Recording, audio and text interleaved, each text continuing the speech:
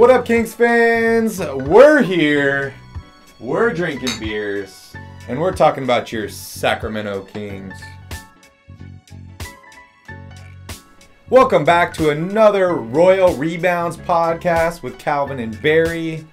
We're having fun today. We are breaking down the top players on the Sacramento Kings, and Calvin and I are actually creating our own super team with Kings players. They have to be from Sacramento. Unfortunately, you can't go back in time and go from other cities, so we're strictly Sacramento. We're also choosing coach and favorite arena and favorite jersey. But before we jump into that, I want to remind you all to hit that like button down below. If you would love to join the Royal family, make sure you hit that subscribe button. And if you'd like to find out when Calvin and I put out a new video, make sure you hit that cowbell down below. Calvin, what are we drinking today? Today we are drinking the All Day IPA from Founders Brewing Company out of Grand Rapids, Michigan. Shout out to all my peeps in Michigan watching this video. Crisp, refreshing beer, nice finish, a lot of flavor. And by the way, you can drink it all day. All day, you can. Also want to give a shout out to Tanvir. We got you, buddy. We got you. All right, so like I said, on today's episode, Calvin and I are going to be creating a Sacramento Kings super team. We are going to be choosing our starting five, our six-man, our coach, our favorite arena, and our favorite jersey.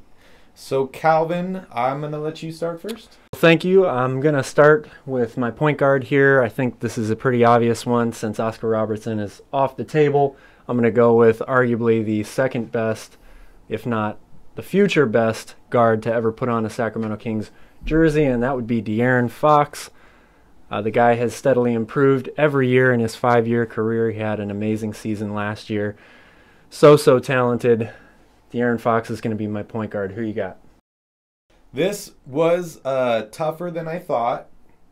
I did land on De'Aaron Fox. However, I really like Rondo, man. I really like Rondo. I know he only spent one season in Sacramento, but he broke a ton of records. I love his game. He's a pass-first point guard, loves to play defense, and he's a cerebral assassin. You see him, some of those tricks he played at the free throw line, getting people to miss free throws, and he just great player. I really loved having him on the Kings, but I got to settle on De'Aaron Fox and agree with you here. I think De'Aaron Fox has a higher ceiling. I think his potential is through the roof, and he's already playing like an all-star. Unfortunately, he didn't make the all-star team this last season.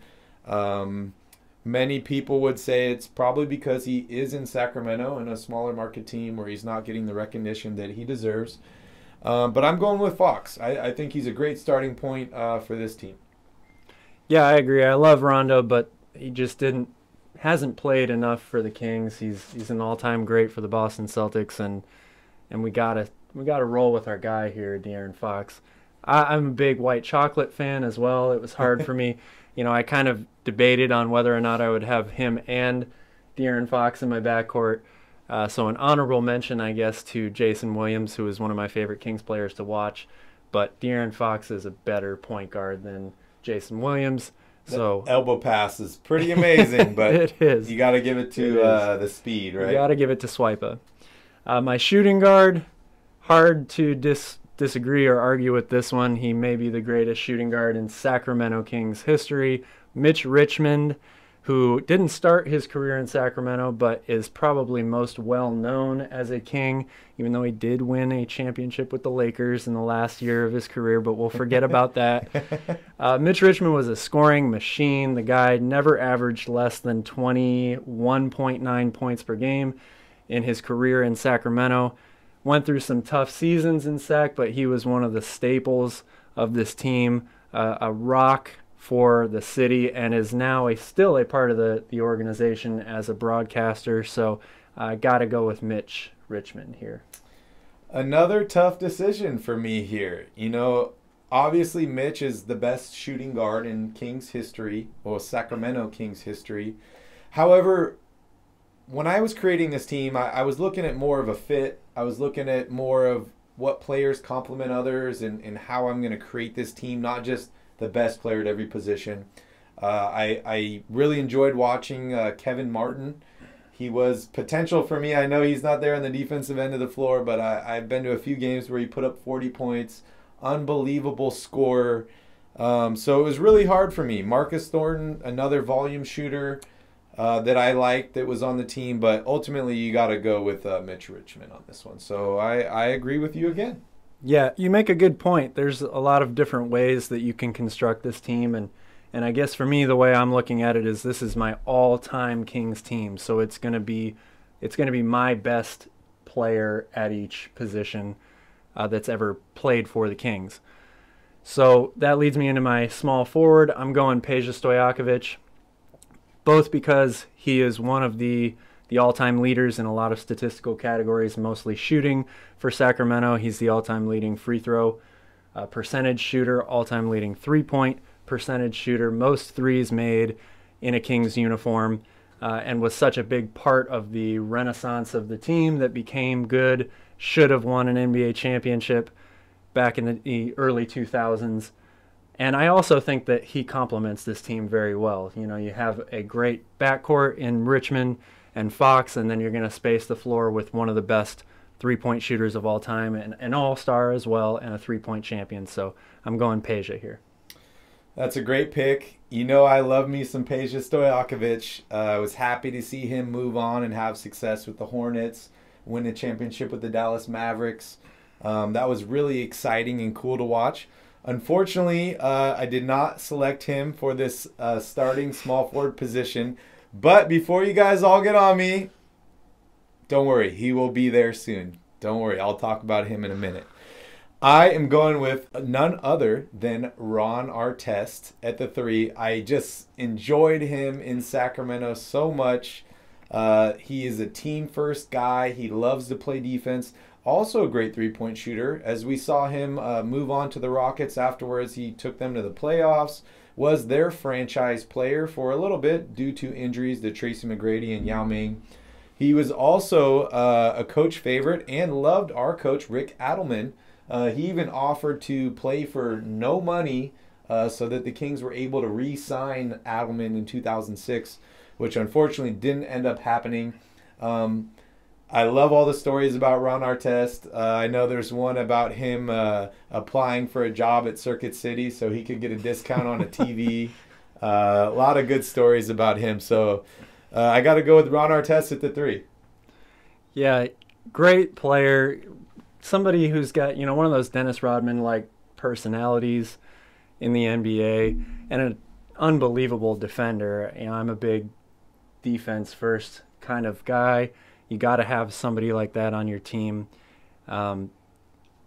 Just to me, he didn't play long enough or have enough high-level stats in order to crack my starting 5. But loved Ron Artest, and especially back when he was on the Kings and sort of entering that prime of his career, he was an absolute terror on defense. And guys, this was pretty tough. You know, there are some guys that we could have selected. You know, Vince Carter was on the Kings for a year, but he wasn't in his prime. So we're kind of taking them at where they were at the time they were on the Kings. So, you know, guys like Zach Randolph, great player. Vince Carter, great player, but they did end up on the Kings a little bit later in their careers. So that is why Calvin and I did not select him. But if you guys disagree with us, let us know down below in the comments. Absolutely. And for me personally, I took tenure on the Kings as a big factor in a lot of in high consideration in all of my picks. You know, Vince Carter is a fantastic player. Ron Artest, Rondo, all these guys, but they played very minimal numbers of years in Sacramento. So to me, that was a big deciding factor. Power forward, I think this is going to be a pretty easy one, a slam dunk. Chris Webber, arguably the greatest Sacramento King of all time, the Hall of Famer, 20-10 guy. I don't really need to say much else, I think. Webb is the man. Even though he came to Sacramento past his prime, you know, people forget when he entered the league, he was unbelievable. Anybody who's seen the documentaries on the 1992 Dream Team, that first practice when the reserves, Chris Webber was a part of that group, went out and actually beat the starters in practice, even though it was rigged or whatever. But Chris Webber absolutely dominated in that practice. He was an unbelievable talent. We're drinking a Michigan beer. He's a Michigan man. Chris Webber, power forward. Yeah, I'm going with Chris Webber here too. He didn't call any timeouts for the Kings, so I think we're all good there. Yeah, that one hurts. Thanks. All right, so we're going to move right here into center. And I think we might agree again with Boogie Cousins. Look, Vlade Divac is a huge, important part of Sacramento Kings history. Played very, very well. Another guy who came to Sacramento past his prime, one of the best passing big men of all time, and was a huge, huge part in Sacramento Kings franchise success. But he is not even close to the player that DeMarcus Cousins is. Boogie was an animal when he played for Sacramento. Five-time All-Star, I believe. Let me double-check that here. Five-time All-NBA, or two-time All-NBA, sorry, four-time All-Star. Injuries really derailed this guy's career, but when he was in Sacramento, he was one of the best players, if not the best center in the NBA. So it is hard for me to pick anybody at center above DeMarcus Cousins. Yeah, and interestingly enough, both of those guys went on to play for the Lakers, as in Vlade Divac and DeMarcus Cousins. I think Vlade first for the Lakers. I think they both won a ring with the Lakers too, right? I'm not sure that Vlade won a ring with the Lakers. I'll have to double check that. But anyways, I wanted to give a shout out to Sacramento's own Scott Pollard. Unfortunately, Scott, you're not on my list, but I know that you're in the hospital right now battling some heart issues, going in for surgery. So all of us here at Royal Rebounds would like to wish you the best and a quick and speedy recovery. And no titles with the Lakers for Vlade. Okay, so no titles. He just missed them after he was replaced by the Diesel. Oh, okay. Shaq Diesel. Yes. Shaq Diesel. All right, so we're going to move, now that we finished our starting five, we're going to move on into our sixth man category. We haven't had a lot of disagreements yet in this lineup, but I think we might have one here. For me, I'm going with Mr. Sixth Man for the Sacramento Kings, Bobby Jackson. Won the Sixth Man of the Year award in 2002-2003. That was his best season with the Kings. He started 26 games for them, but still was primarily in a bench role, averaged 15 points per game. Great all-around player, gives you defense, gives you offense off the bench, and now the proud coach of our Summer League championship team and the G League Stockton Kings. Bobby Jackson is my sixth man. That's a cute pick, Calvin. You know, unfortunately, I have a lot of love for Bobby Jackson. But I'm picking a starter here for my sixth man, just because we have all these great Kings players. I got to go with Peja. It was a tough pick for me. I considered Rondo, as I mentioned before. I considered Isaiah Thomas, the pizza guy. Loved watching him. But a little bit too small for me. Not enough defense, more of a volume shooter. So I got to go with Peja, the sixth man. And that's only because he was not in my starting lineup originally. Makes sense. Makes sense.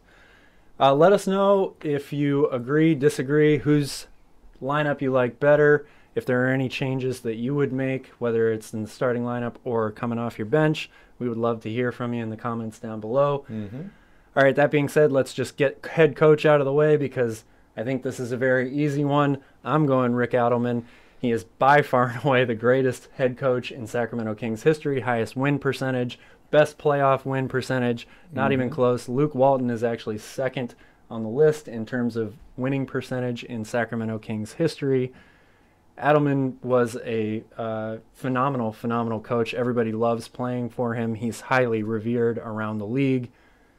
Rick Edelman is your head coach, right? I'm taking Edelman, 1999 to 2006. Actually, the last head coach to lead the Kings to the playoffs.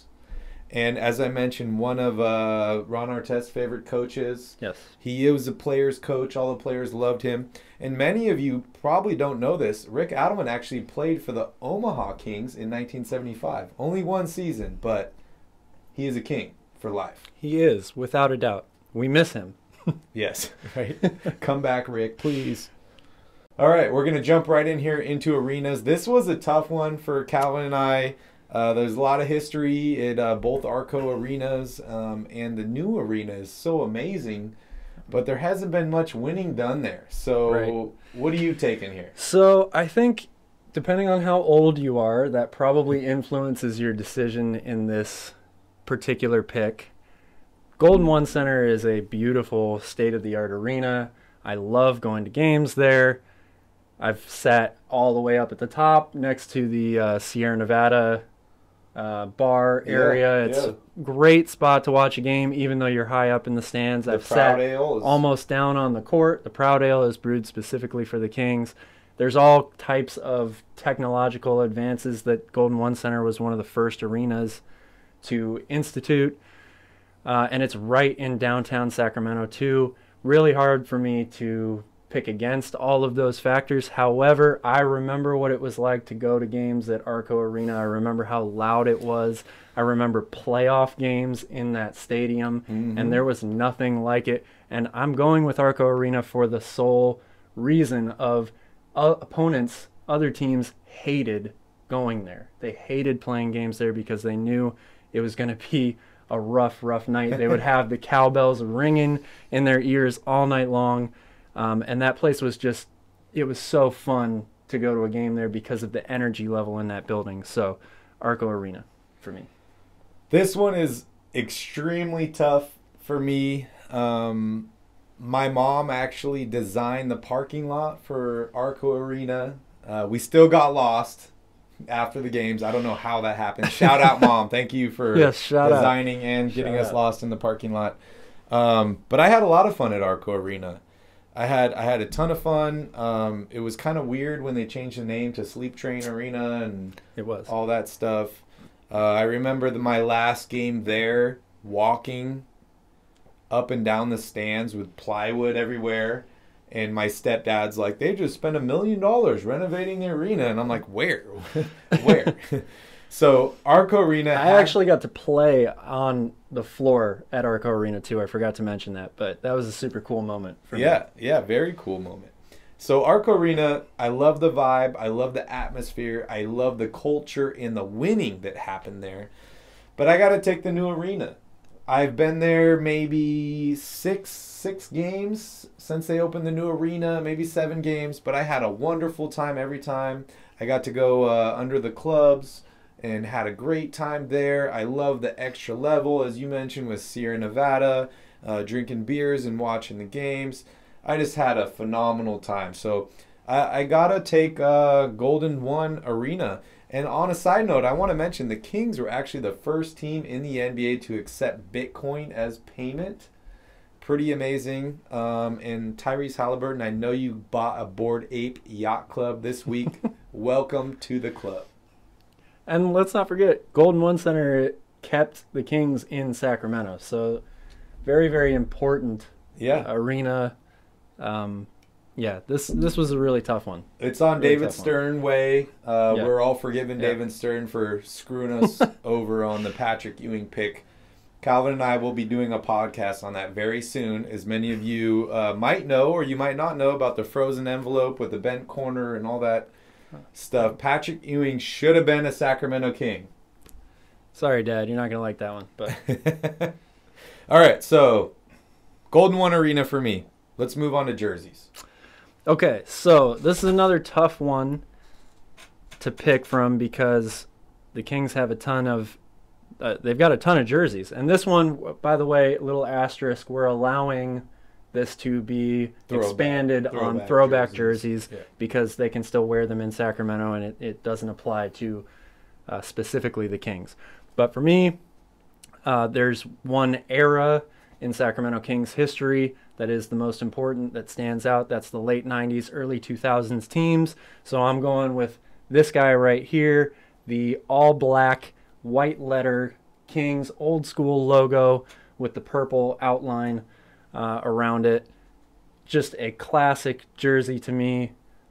It reminds me of when the Kings were winning games too, so I'm a little bit partial to it, I guess. But I like the simplicity of this jersey. There are a lot of other jerseys that I think are great. Those old Kansas City Royals and Cincinnati Royals jerseys are fantastic. The color scheme is great.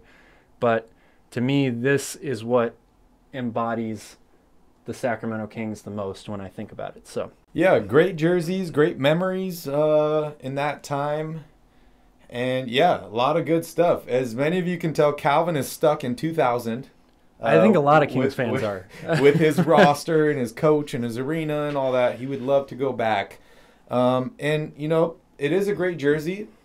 A lot of fun. I loved it in purple with the same lettering. Yep. I think that's one of the best overall Kings logos.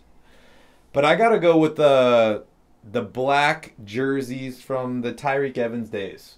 As you can see here, they have that old school Kings font to it, and it just it's classy to me. I really like them a lot. Yeah, I agree. I mean, there are a lot of good jerseys to pick from here. I think the Kings as a franchise have a pretty wide range of good jerseys. I love the powder blues with the red outline, the white numbers. Yeah.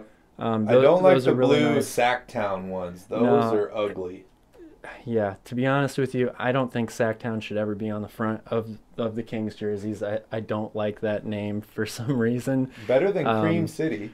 Better than Cream City. But Sacktown just doesn't do it for me. I just like Kings. I think it's the best. It's got to say Sacramento or Kings, right? Yeah. Yeah. And we also like this one too, which is the split half and half black, half purple with the checkered. Yeah, the Mitch Richmond ones. Mid range or mid stripe down the side. I really like that jersey as an alternate. That'll be my city edition jersey, I guess, or whatever you want to call it. I have to agree with you on that. It reminds me of a party. I see jesters dancing around, having a good time. Distracts the opponent maybe a little bit. I love those jerseys too. Yeah. I love those. Really nice. All right, so that is our Ultimate Kings team. Please let us know down below whether you agree with us or whether you have a whole different starting five, you have a different six-man, maybe there's a jersey that you prefer or an arena or coach that you prefer. Let us know down below in the comments. And let the debate begin. Yeah, let the debate begin. Real quick, before we go, I want to give a special shout-out / an honorable mention to Nate Tiny Archibald, whose birthday was on September 2nd. Just came up. Happy birthday, Nate. Happy birthday, Nate. One of the greatest players, not just in Kings or Royals franchise history. One of the reasons why I couldn't select him to my team, because he never played in Sacramento. But he's an all-time great player. Hall of Famer, 6-time All-Star, 5-time All-NBA. In 1972 and 73, he had by far the best year of his career. That was when he was playing in Kansas City. Listen to these numbers, you guys.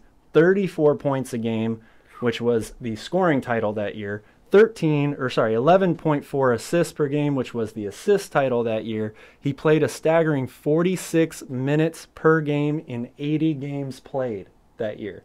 Wow. Eventually won a championship later on in his career. And just a tremendous talent. One of the guys that laid the groundwork for the Kings franchise. Happy birthday, Nate. Happy birthday, Nate. If we would have been able to choose guys outside of Sacramento, I think Nate Archibald and Oscar Robertson would have been on both of our lists. So don't hold it against us. Yeah. Anyways, want to thank you all for joining us on another episode of the Royal Rebounds Podcast. Make sure you guys hit that like button down below. It really helps us out. It helps you see more similar content to this, and it helps more Kings fans see content like this as well. Make sure you hit that subscribe button so you'll be able to watch all of our videos, and make sure you hit that cowbell to get notified when we put out a brand new video. Hit it hella times. Hit it hella times. Thank you all, and in the meantime, go Kings. Go Kings. We're here drinking beer, talking about the Kings. Be sure you subscribe so you can hear that bell ring. Yeah.